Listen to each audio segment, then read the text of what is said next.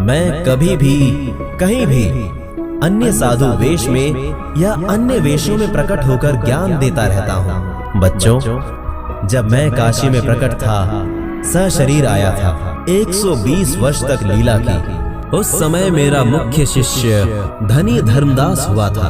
उसको मैंने कहा था, धर्मदास, काल मेरे नाम से 12 पंथ चलाएगा।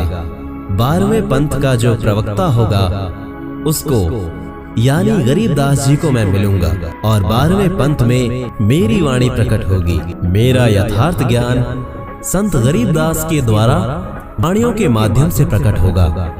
बालक गरीबदास को मैं ही सतलोक लेकर आया था, सर्व ज्ञान देकर पुनः मृत्यु लोक में वापस भेज दिया था। संत गरीबदास ने मेरी वाणी सही लिखी है, मेरी महिमा पूरी लिखी है। वो वाणी पुनः लिखी गई है।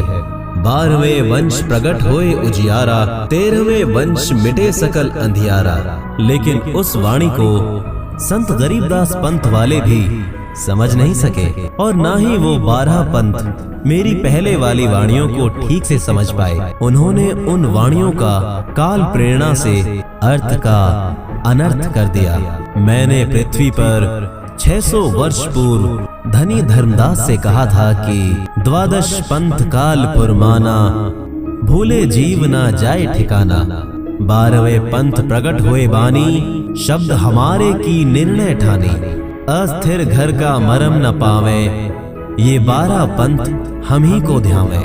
12 पंथ हम ही चल आवे, सब पंथ मिटा एक ही पंथ चलावे। काल निरंजन मेरे वास्तविक कबीर नाम से 12 पंथ तथा बहुत से अन्य पंथ चलाएगा। उसमें मेरी महिमा की वाणी पुनः प्रकट होगी। ये मेरे द्वारा ही किया जाएगा। उसी पंथ में आगे चलकर हम स्वयं ही आएंगे।